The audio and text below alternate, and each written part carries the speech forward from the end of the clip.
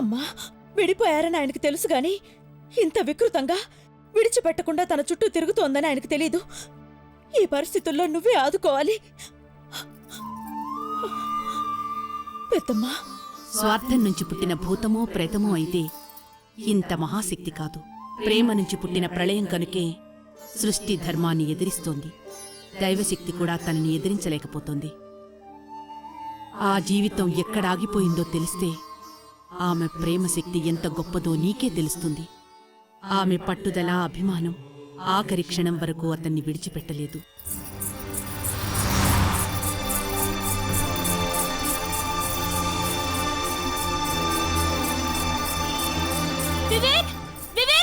ఆయన లేరమ్మా. ఊరు వెళ్ళడానికి ఎయిర్పోర్ట్కి వెళ్ళారమ్మా.